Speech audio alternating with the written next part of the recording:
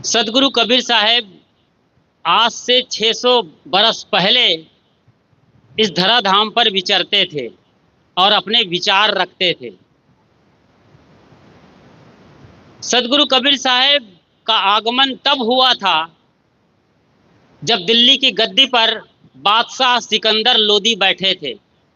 मुसलमान सल्तनत का साम्राज्य चल रहा था। एक तरफ हिंदू नामधारी पंडित ब्राह्मण धर्म की दुहाई देकर अपनी रोटी सेकना चाहते थे, वहीं दूसरी तरफ मुसलमान आक्रांता अपने कुरान या भाले के बल पर देश को इस्लाम में बदल देना चाहते थे।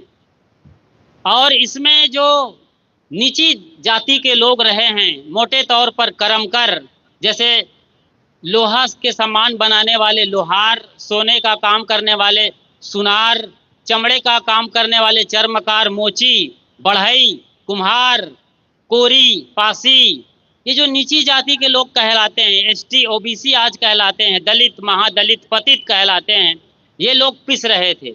ये लोग न घर के थे न घाट के। अजीब स्थिति में भारत हाल बेहाल था। वहीं पर शुरुआत होती है भक्ति काल के स्वर्णिम युग का, जब सदगुरु कबीर साहब का पदार्पण होता है लहर तारा धाम काशी में। साहब ऐसे आते हैं एक फूल की तरीके से, कोई भी उठा ले उन्हें कोई फर्क नहीं पड़ता है। न वो हिंदू थे न मुसलमान। हिंदू कहो तो मैं हूं नहीं, मुसलमान भी नाही, पांच तत्व के भीतरे गैबी खेले माही। ये साहब की पंक्ति है। साहब कहते हैं कि मुझे आप यदि हिंदू समझकर लालन पालन करना चाहते हो या हिंदू कहना चाहते हो तो मैं हिंदू नहीं हूं, मुसलमान भी नहीं हूं।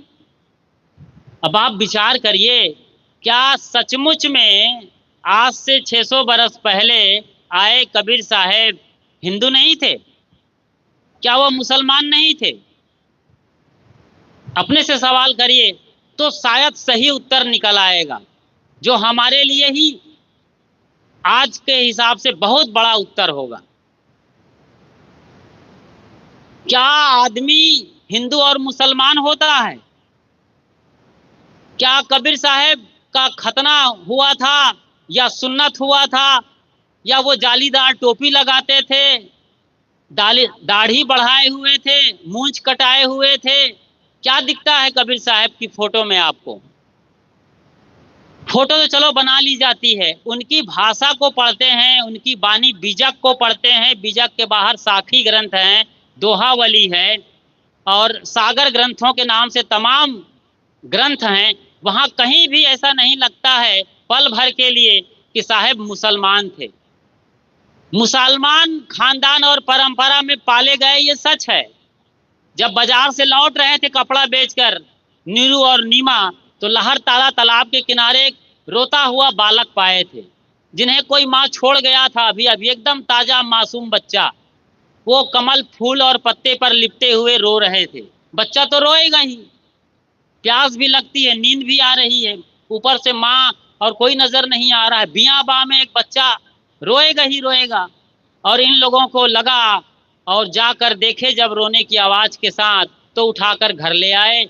और कन्वर्टेड हिंदू अभी अभी कुछ बरस या कुछ महीने से जो मुसलमान हो गए, नीरू और नीमा ने उन्हें पाला। वहाँ परवरिश होती रही। धीरे धीरे कबीर साहब अब बड़े हो रहे हैं, दौड़ लगा रहे हैं, गलियों में आ गए हैं। बाहर काशी की नगरी की बात हो रही है, ये जिन्हें आज बनारस और वाराणसी कहा जाता है, वो काशी जो भारत की सांस्कृतिक राजधानी रही है, व्यापार का बड़ा केंद्र रहा है। गंगा नदी के किनारे समंदर के रास्ते तक दुनिया भर में व्यापार होता था। बड़ा नाम था काशी का, बड़े मुकाम थे, बड़े बड़े मंदिर, गुरु, घंटाल, घड़ियाल, अजान, नमाज, ये सब गूंज रहे थे।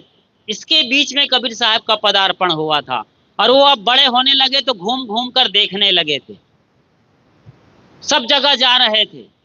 जब पढ़ाई की बात आई, दाखिला की बात आई, तो उनकी स्कूल की बात जब आई कि इन्हें एंट्री लिया जाए, एंट्री दिया जाए, तो लोग समझ रहे थे नीरू नीमा के यहाँ पाले गए हैं तो फिर मदरसे में मौका मिलना चाहिए। मदरसा मतलब इस्लाम का प्राइमरी स्कूल। लेकिन वहां से भी मुल्ला मौलवी ने इनकार कर दिया, इनके जात पात का पता नहीं चलता है, ये पक्का मुसलमान भी नहीं है। दरवाजे बंद कर दिए गए स्कूल के। इधर हिंदू भी स्वीकार नहीं कर रहे थे, ये तो पाले जा रहे हैं मुसलमान के घर, तो हम हिंदू कैसे कहें। इनके माँ बाप का अता पता नहीं है, जन्म कैसे हुआ आज 600 बरस बीत गए पता नहीं चलता है पक्के तौर पर। सीता मैया का भी पता नहीं चलता कहाँ वो पाई गई थी, किसके बच्ची थी वो। राजा जनक हल चला रहे थे, नाली बनती थी हल चलने पर, उसी में घड़ा निकला और वो बच्ची रो रही थी वहां। सोचो जरा, किस माँ ने पैदा करके घड़े में बंद करके जमीन में गाड़ दिया था और खेत में से निकलती है सीता। ये हालत रही है। कबीर साहब के साथ भी यही हुआ था, उनके माँ बाप संभाल नहीं पाए होंगे और वहां छोड़ गए थे बियाबा में। कहीं आप लावारिस भी कह सकते हैं, हालांकि यह शब्द बड़ा बुरा लगता है, लेकिन बिल्कुल सही परिभाषा है कबीर साहब की। लावारिस तरीके से छोड़ दिए गए थे। एक ऐसा बच्चा जो लावारिस कहा जा सकता है, लेकिन आज पूरी दुनिया का वारिस है। कोई जन्म से थोड़ी बड़ा होता है, नाम होता है, उसका भविष्य तय होता है। अपने कर्म से तैयार होते हैं बच्चे, अपने कर्म की वजह से जाने जाते हैं दुनिया में, उनका नाम होता है। तो हिंदू स्कूल में या हिंदू पाठशाला में भी उनको मौका नहीं मिल रहा था कि वो का खा गा पढ़ सके, आ बा सा पढ़ सके। वहीं उन्हें एक बड़ा नाम था उस वक्त काशी के अंदर, बहुत बड़े एक ब्राह्मण बाबा थे, पंडित थे, बड़े पुरोहित, एक गुरु स्वामी रामानंद। वो भी बार बार इनकार करते रहे कि हम नहीं एंट्री देंगे हमारे गुरुकुल में, बार बार इनकार करते रहे। और फिर कहानी कहती है कि कबीर साहब पंचगंगा घाट में तड़के 3 बजे लेट गए थे। खड़ाऊ की जब पदचाप सुनाई पड़ी तो साहब चुपचाप लेटे रहे। स्नान करने आते थे स्वामी रामानंद और अचानक उतर रहे थे जब सीढ़ी से राम राम करते करते, तो टकरा गए कबीर के शरीर से और कबीर साहब जग गए। अभी उम्र रही होगी 7, 8, 10 बरस की। उठ गए, चरणों में लिपट गए, गुरु मंत्र मुझे राम राम मिल गया। ये कहने की बात है, ये समझाने की बात है। कबीर साहब को कैसे आप परिभाषित करेंगे, उनके मौसम और उनके मौके की बात कैसे बताएंगे दुनिया में। तो ऐसी कहानियां बना ली जाती हैं। आखिर रामानंद जी उन्हें अपने छाती से लगा लिए कि जिस बालक को मैं कई महीनों से इनकार करता रहा, बराबर बचता रहा कि ये ना आए, लेकिन इनके अंदर जो मेधा शक्ति है, जिज्ञासा है, मुमुक्षा है, सत्य को जानने की प्यास है, ये अत्यंत उत्कट अभिलाषा है इस बच्चे के अंदर। फिर उन्हें लगा ये छोटा मोटा कोई बालक नहीं है, ये बहुत बड़ा कोई छुपा हुआ गुरु है, रुस्तम है, कोई बहुत बड़े मसीहा हैं जो आने वाले दिनों में दुनिया में रोशन करेंगे, अपनी रोशनी से जगाएंगे, अपनी वाणियों से हिलाएंगे और मन मस्तिष्क को इस तरीके से वो झिझोड़ कर हिलाकर लोगों के अंदर चेतना जगाने वाले एक बड़ी चेतना के रूप में देख लिए। फिर वो अपने गुरुकुल में उन्हें आने दिए। फिर जब पहुंच गए गुरुकुल कबीर साहब बनारस के अंदर स्वामी रामानंद के दरबार, तो फिर सवालों की ऐसी झड़ी लगाए कि रामानंद स्वामी की भी बोलती बंद हो गई। तभी कबीर साहब ने कहा, रामानंद राम रस माते, कहाँ ही कबीर हम कहीं कहीं था के। आप समझ रहे हैं, कबीर साहब को क्या सिर्फ आप हिंदू कहेंगे जो चोटी रखता हो, दाढ़ी रखते हो और गेरुआ वस्त्र धारण करते हो, तीज त्योहार मनाते हो, होली दिवाली दशहरा, कुछ कर्म कांड करते हो, कुछ रीति रिवाज और परंपराओं को ढोते हो, श्राद्ध कर्म है, पिंडदान है, या और भी आप सब जानकार हैं इसके बाद। तो क्या यही कबीर साहब जिंदगी भर करते रहे? कहीं मालूम पड़ता है उनके जीवन दर्शन को देखने से या बीजक पढ़ने से कहीं पर वो मालूम पड़ते हैं कि नमाज अदा कर रहे हैं? आपको यकीन नहीं होगा, जब दिल्ली पहुंचे कबीर साहब और कई बार जब बनारस आए सिकंदर लोदी, तो उनके सामने सीना तान के खड़े हो गए। सिकंदर लोदी के गुरु रहे हैं शेख तकी, जो एक पीर औलिया के तौर पर देखे जाते थे। और अपने आप को वो कबीर के समकक्ष मानते थे कि हम भी मुसलमानों में, इस्लाम में एक बड़े पीर हैं, औलिया हैं, पैगंबर अपने को कह रहे थे। वो और सिकंदर लोदी और वो शेख तकी दोनों मिल करके बराबर कोशिश करते रहे कि कबीर साहब को यदि मुसलमान बना लिया जाए तो फिर इनके साथ जो हजारों लोग चलते हैं, साखी दोहा शबद रमैनी गाते, खंजड़ी बजाते, इनको एक झटके में हम मुसलमान बना लेंगे और बहुत बड़ा समुदाय हमारे हाथ लग जाएगा। लेकिन कबीर साहब हमेशा इनकार करते रहे। कबीर साहब ना हिंदू थे ना मुसलमान। कैसे? आज की भाषा में समझें इसे। अभी कुछ बरस पहले की बात है, हमारे देश में एक बहुत बड़े राष्ट्रपति हो गए हैं, जो मैं समझता हूँ एक नंबर के राष्ट्रपति हुए हैं। नाम था उनका APJ अब्दुल कलाम साहब। जन्मजात मुसलमान थे, लेकिन एक कौड़ी भर के मुसलमान नहीं थे वो। आप समझ रहे हैं? उनका मुसलमानियत से, इस्लाम से जरा भी लेना देना नहीं था। ना वो हिंदू थे, हिंदू गुरुओं के चरणों में बैठते थे, सब कर रहे थे, लेकिन ना हिंदू थे ना मुसलमान। वो सच्चे इंसान थे। आप समझ रहे होंगे मैं क्या कहना चाहता हूं, कि वो बिल्कुल सच्चे इंसान थे और ऐसे इंसान हुए कि पूरे राष्ट्रपति भवन को जनता के लिए खोल दिए। कोई 500 कमरे होंगे राष्ट्रपति भवन के अंदर, बहुत सारे कमरे हैं, सब खोल दिए आम जनता के लिए। उनके पास कुछ किताबें रहा करती थी, कुछ कपड़े हुआ करते थे, बस यही उनकी कुल पूंजी थी। और जो कुछ भी उन्हें सरकार की ओर से राशि मिलती थी, वो सब अपने गांव के स्कूलों में या गरीब लोगों में बांट दिया करते थे। वो आदमी जिस दिन वो शरीर छोड़ रहे थे, उसी दिन एक और आदमी जो बड़ा कट्टर मुसलमान था मारा गया था। जेल में उसको फांसी दी गई थी।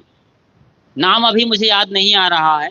जब मैं नागपुर में था तो नागपुर के जेल में ही उनको फांसी दी जा रही थी। नाम याद आएगा तो बता दूंगा। वो भी पक्का मुसलमान था, ये भी मुसलमान जा रहे थे आज। इनके लिए पूरा देश रो रहा था और उनके लिए पूरा देश थूक रहा था। वो आतंकवादी था। देखिए, कर्म, मुसलमान घर पैदा होने से कोई फर्क नहीं पड़ता है। बहुत मुसलमान हुए इस देश में और आज भी हैं, जो हिंदुओं से भी बढ़कर हैं, राष्ट्र के लिए प्रेम करते हैं, देश के लिए मर मिटने को तैयार हैं। और हमारा देश और हमारे नेता हमको हिंदू मुसलमान में बांट रहे हैं। ना हम हिंदू हैं ना मुसलमान। ठीक है, अभी जनगणना आने वाली है, जब जाति बिरादरी पूछी जाएगी तो लिखाएंगे, ये जानकारी के लिए ठीक है। लेकिन आप गहराई से देखें तो जन्मजात न कोई हिंदू होता है, न कोई मुसलमान होता है, न कोई ब्राह्मण, न छत्री, न वैश्य, न शूद्र, न तेली, न चमार, न कुम्हार, लोहार और पासी, पाल, वाल्मीकि कुछ होता है जी। सब बच्चे वैसे ही आते हैं। एक है त्वचा, हाड़, मलमूत्रा, एक रुधिर, एक गुदा, एक बूंद से सृष्टि रची है, को ब्राह्मण को शूद्रा। इतनी बड़ी राष्ट्रीय एकता ही नहीं, वैश्विक एकता की बात करने वाले सदगुरु कबीर साहब हुए हैं। और आज उनके जीवन दर्शन को हर आदमी को समझना है, जन जन को समझना है। समझ रहे हैं आप लोग? जन जन के प्यारे हैं सदगुरु कबीर साहब। जब कभी भी भारत में संकट आया है तो सबसे पहले आकाशवाणी और दूरदर्शन, तब ये चैनल नहीं थे जो आज दर्जनों की तादाद में हैं, आकाशवाणी और दूरदर्शन से कबीर साहब के भजन बजाए जाते रहे हैं। मैं 1984 की बात करता हूँ, जब मैं बालक, मतलब छोटा सा एक बच्चा था, खेलने कूदने वाला, तो सड़क में ट्रक भर भर के कौन जा रहे थे? सिख। उनके सारे बाल मुड़ दिए गए थे, मुंडे लोग जा रहे थे ट्रक में भर के, पेरा पुआल और पाल बाल दाना वो अपने सर पर ढके हुए थे। मैंने पिताजी से पूछा आकर, ये कैसे मुंडे लोग ट्रक भर भर के जा रहे हैं, क्या है पिताजी? तो बताया, इंदिरा गांधी की हत्या हो गई है, पूरे देश में सिख विरोधी दंगा भड़क गया है, इसीलिए सारे जो सिख हैं वो अपना बाल छिलवा दिए हैं, न मरने से बच जाएं तो सही। और उस वक्त आकाशवाणी में चलता था, दूरदर्शन में भजन गाया जाता था, भाई रे दुई जगदीश कहाँ ते आया, कहू कौने बौराया, अल्लाह राम करीमा केशव हरि हजरत नाम धराया, गहना एक कनक ते गहना, या में भाव न दूजा, कहन सुनन को दुई कर थापे, एक निमाज एक पूजा।